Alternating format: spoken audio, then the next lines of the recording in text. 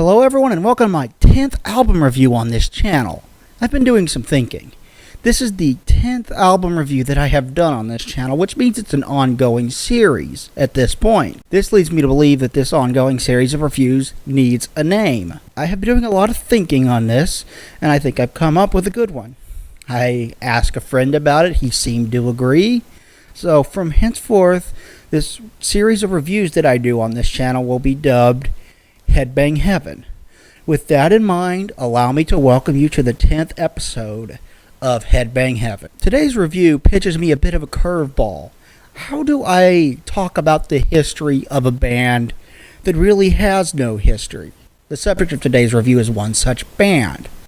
Today we are taking a look at a one-off black metal project called Parakletos. Allow me to say this. Parakletos is a Christian black metal project. I'll give it a few seconds for that to sink in so that everybody can flee from this video now. Okay, now that the plebs who think that black metal is an ideology have fled this video, the rest of us who know better and realize that it is actually a style of music can continue. Parakletos is a one-off Christian black metal project that was a side project of another Christian band, a power metal band, called Northern Flame. Two members of Northern Flame got together to form Parakletos in Finland. These two recorded an album in 2004. That album's name is that right there. I don't know how to pronounce it. I don't feel like butchering someone else's language by attempting to pronounce it, so I'm just going to have it display there. All of the song titles on this album happen to be in Finnish. Instead of attempting to pronounce them and butchering someone else's language, I am just going to have the name displayed down below for you all to read when I talk about each individual track. Track 1 of this album is just an intro track. It's short and symphonic in nature, and it has some softly spoken word in the background from several different people. It does, however, have a very nice sense of atmosphere to it. Track 2, on the other hand, very quickly kicks into the heavy and fast black metal riffing. The vocals are fairly typical for the genre, kind of a mid-range, raspy growl type thing. If you have listened to plenty of black metal, then you probably know exactly what to expect from the vocals on this type of album. The drumming throughout this album is provided by a drum machine. I know that bothers some people, so if that bothers you, it's going to bother you on this album. Although I think the drumming program is particularly well done on this album. A little over a minute into this track, it breaks down and it introduces some light symphonic elements that will be prevalent throughout the rest of the album, and it adds a very nice touch to the music as a whole. It's very well mixed in and it never feels overbearing. This track expertly introduces to you what this band can do and what you are in store for from the album as a whole. The third track on this album starts off with a symphonic intro that really drives home the album's atmosphere. The spoken word section on this is a very nice touch as well. This song also slows down a little bit from the pace of the first song. It does, however, ramp up the technical ability, and it starts to get faster at about the 2-minute mark. It has a very nice rhythm guitar and keyboard section. It has an excellent echoing effect on the guitar as it begins to fade out. Track 4 is one of the shortest actual black metal pieces on the album, clocking in at just over 2 minutes in length. This song has an excellent use of symphonic and keyboard elements, and it gets very, very heavy toward the end of the track. The fifth track on this album has a much sadder and more somber tone and atmosphere during the intro section with the symphonic parts. Look out for the multi-layered vocals on this particular track. They are awesome. The multi-layered vocals on this particular track do give it a more complex feel than anything that has come before it.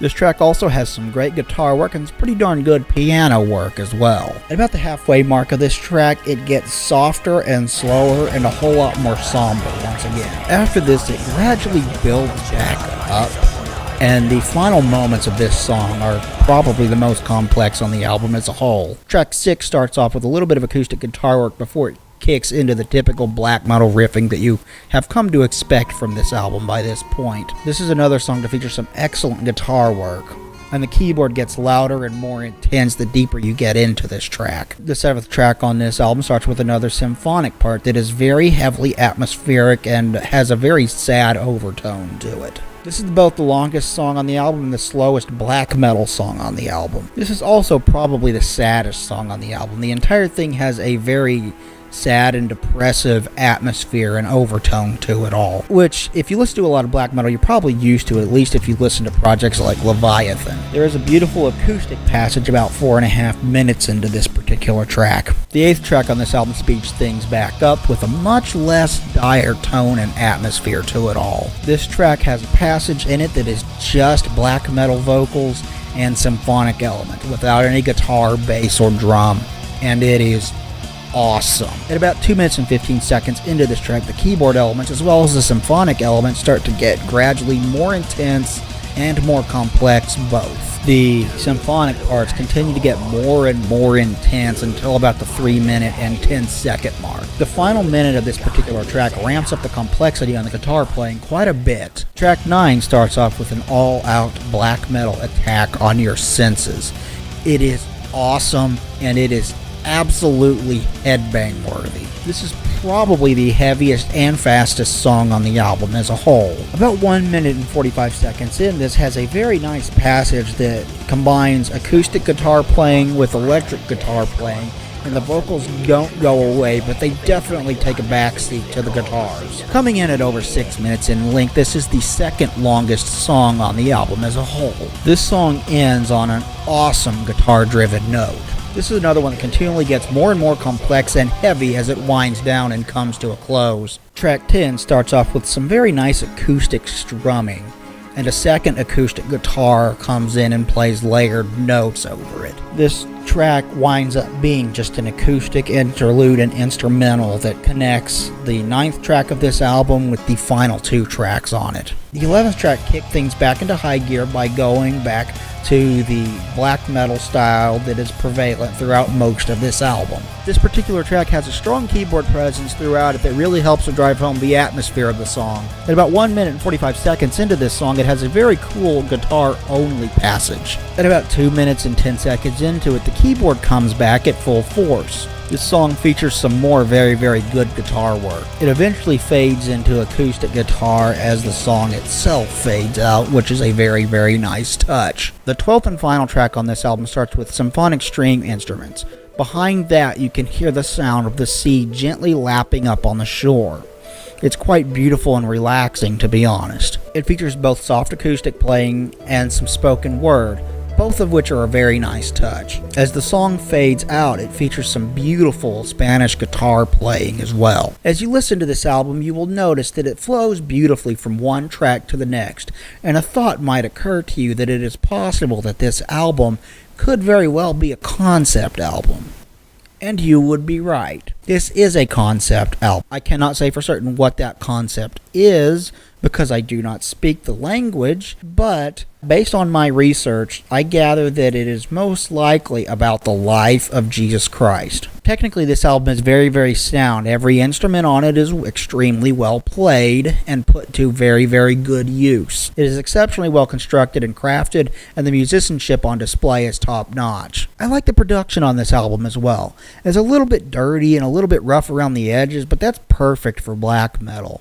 In fact, most good black metal tends to have a dirtier, not perfectly squeaky clean sound to the production on it.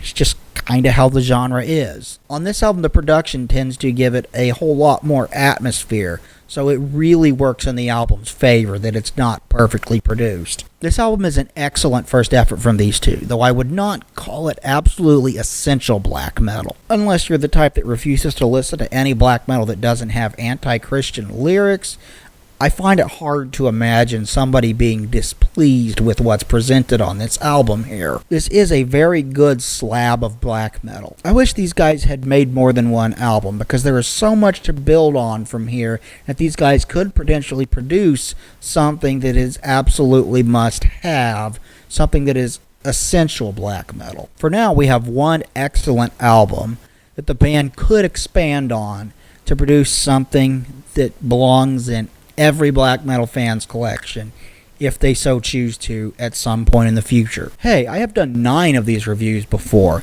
Click here to watch my review of the Sour Times EP by the technical doom metal band Confessor from North Carolina. And click here to watch my review of the self-titled album by the Australia-based Christian death metal band Mortification. Thank you everybody for watching. Please like, comment, and subscribe down below. That would be greatly appreciated. I would also greatly appreciate it if you would share this video. That would help me out a lot. And until next time, thanks everybody for watching once again, and goodbye.